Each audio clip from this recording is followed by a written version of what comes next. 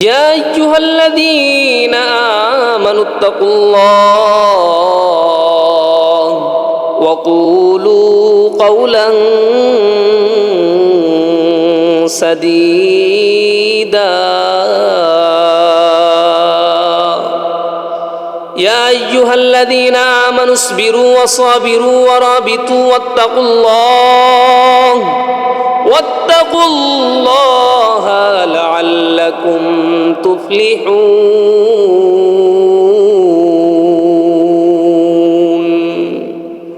আল্লাহ তাআলা ডাক দিয়ে বলেন, ইয়া আইয়ুহাল্লাযীনা আমানু ইসবিরু ওয়াসাবিরু ওয়ারাবিতু, হে ঈমানদারগণ ধৈর্য ধারণ করো, ধৈর্য ধারণ করো। শুধু ধৈর্য ধারণ করলেই হবে না, ধৈর্যের উপর সব সময় অটল থাকার কথা বলছেন।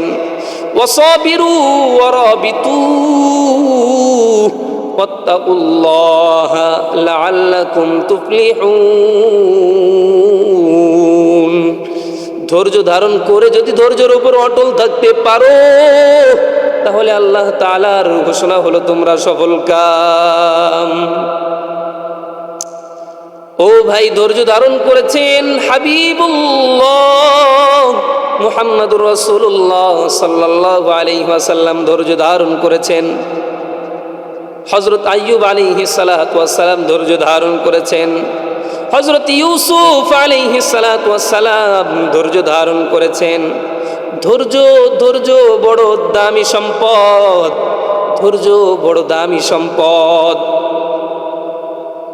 রাসূলুল্লাহ সাল্লাল্লাহু আলাইহি ওয়াসাল্লামের ধৈর্যের দিকে তাকাও, চোখের পানি ধরে রাখতে পারবা না। ওই যে তাকাও হযরত আইয়ুব আলাইহিস সালাতু ওয়াস সালামের দিকে, তাকায় দেখো না, হযরত আইয়ুব আলাইহিস সালাতু ওয়াস সালামের কোনো কিছুর অভাব নাই। হযরত আইয়ুব আলাইহিস সালাতু ওয়াস সালামের কোনো কিছুর অভাব ছিল না। না ছিল ছেলের অভাব, না ছিল বিবি স্ত্রীদের অভাব, না ছিল ধন দৌলতের অভাব।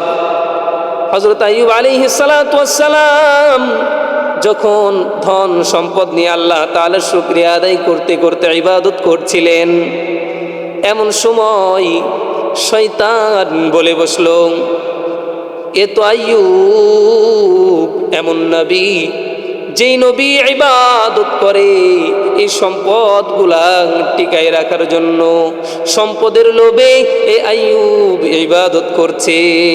নাউজুবিল্লাহ। আল্লাহ তাআলা শয়তানের মুখে যখন এই সমস্ত কথা শুনলেন, আল্লাহ তাআলা ডাক দিয়ে বললেন, না রে শয়তান না, আইয়ুব আমার মহব্বতে আমাকে ভালোবেসে আমার ইবাদতের মধ্যে মগ্ন রয়েছে। এই কথা বলার পর আল্লাহ তাআলা শয়তানকে দেখানোর জন্য বললেন, দেখ আমি আইয়ুবের ধন সম্পদগুলা ধ্বংস করে দিব, তারপরেও আইয়ুব তার ইবাদত করা বন্ধ করবে না।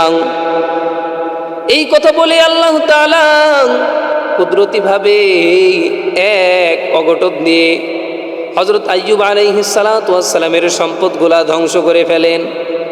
এই সুযোগে শয়তান গিয়ে আইয়ুব আলাইহিস সালাতু ওয়াস সালামের কানে কানে বলে, আইয়ুব এখন তো ইবাদত করে আর লাভ নাই, তোমার সম্পদ টিকানোর জন্য ইবাদত করতা, আজকে তো তোমার সম্পদ সব ধ্বংস হয়ে গেছে, সম্পদ তো আর নাই।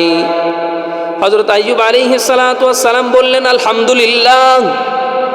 শয়তানের চেহারা বিকৃত হয়ে গেছে। শয়তান কয়, আলহামদুলিল্লাহ কেন? সম্পদ তো ধ্বংস হয়ে গেছে, বলবেন না নাউজুবিল্লাহ? তো আলহামদুলিল্লাহ বললেন কেন? হযরত আইয়ুব আলাইহিস সালাতু ওয়াস সালাম বলেন, আমার সম্পদের আধিক্যতার কারণে আমার পেরেশানি বেড়ে গিয়েছিল।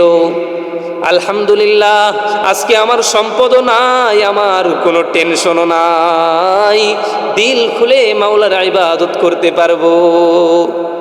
এই কথা শোনার পর শয়তানের দিলের মধ্যে আগুন ধরে যায়। হাই হাই, কি করলাম আমি, কি করলাম? কার কাছে আসছি আমি ধোঁকা দেওয়ার জন্য? আল্লাহ তাআলা ডাক দিয়ে বলেন, শয়তান এখানেই শেষ না, দেখ আরো পরীক্ষা নিব আমার বন্ধুর। আল্লাহ তাআলা এই কথা বলার পর আইয়ুব আলাইহিস সালাতু ওয়াস সালামের শরীরের মধ্যে সেই পচন জাতীয় রোগ সৃষ্টি করে দিলেন, কীড়া পোকা লেগে গেল।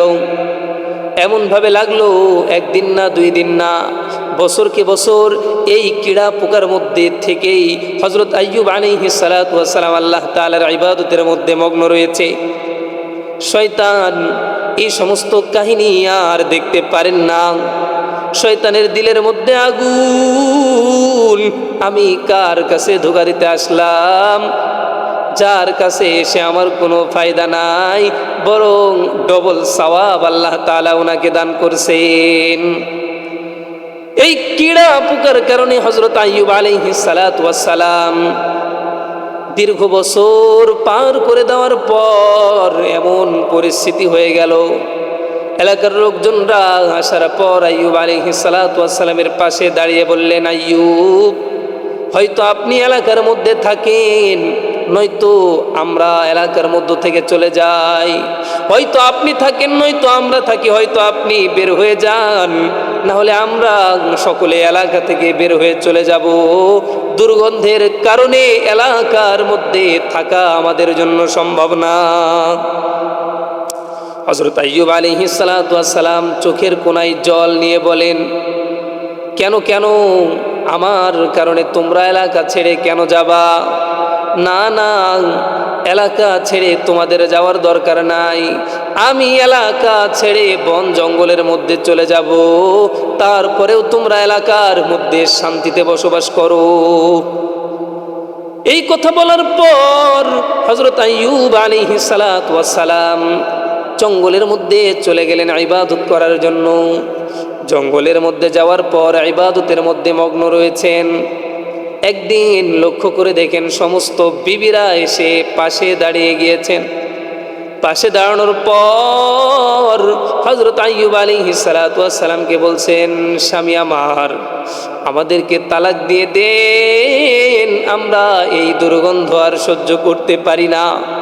হযরত আইয়ুব আলাইহিস সালাতু ওয়াস সালাম অশ্রুসিক্ত নয়নে বিবিদের দিকে তাকিয়ে বলেন, রে বিবি আমার, যাও যাও, তোমরাও চলে যাও। এলাকাবাসী আমাকে ছেড়ে চলে গিয়েছে। শেষ পর্যন্ত বাবা মায়ের পরে একজন পুরুষের শান্তির স্থান হলো স্ত্রী। আজকে আমার মা বাবা আমার এই বিপদের সময় আমার পাশে নাই।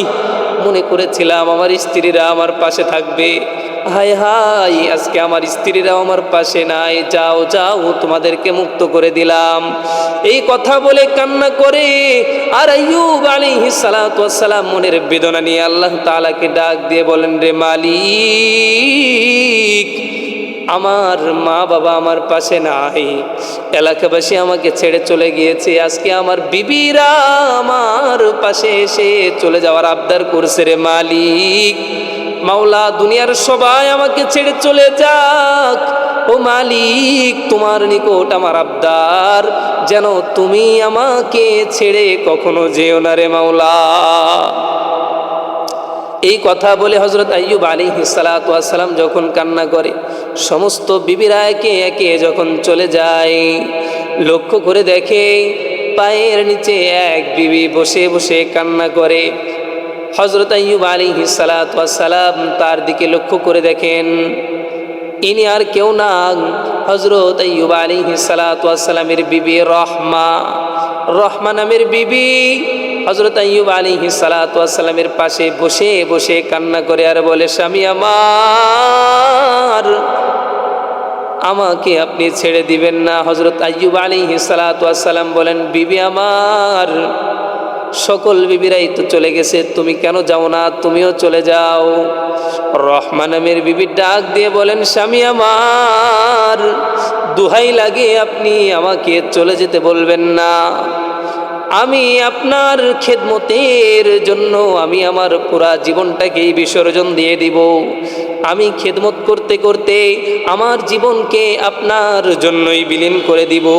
ওই কিয়ামতের ময়দানে, হাসরের ময়দানে যখন জমিনটা হয়ে যাবে তামাম, ওই আসমান আসমানের উপর যে সূর্য ওই সময় মাথার উপর চলে আসবে।